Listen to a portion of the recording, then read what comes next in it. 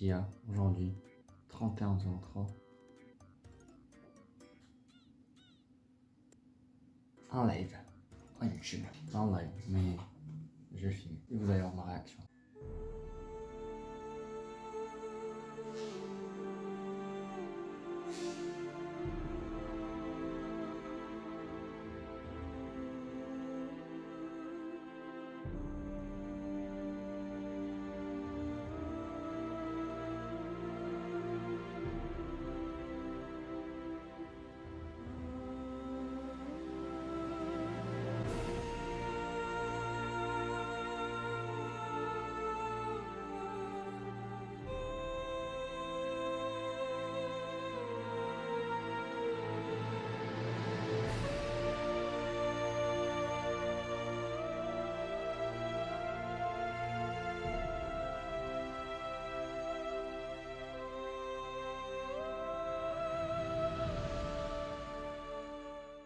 Ça commence. Je vous l'avais dit dès le début, nous allions vivre avec le virus. Alors si ce soir, je m'adresse à vous avec autant d'humilité que de détermination, c'est pour vous dire que nous allons tenir encore, notamment des plus jeunes, veiller à ne pas pénaliser les territoires où le virus circule moins ou peu, d'une nouvelle forme de virus.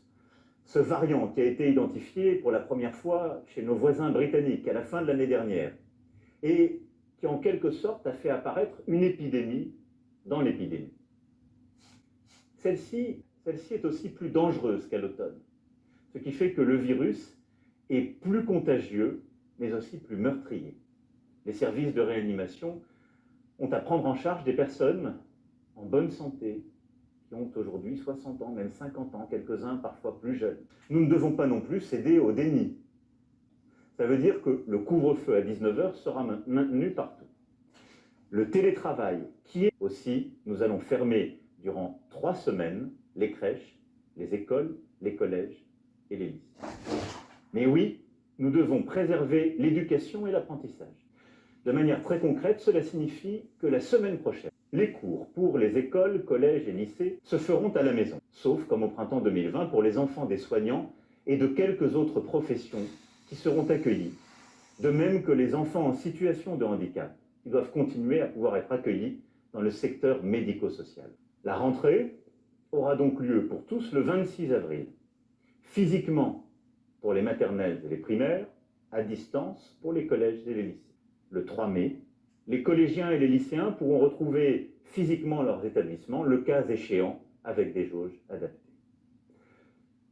Je sais, croyez-moi, ce que cette réorganisation implique de changements profonds pour les parents d'élèves et pour les familles.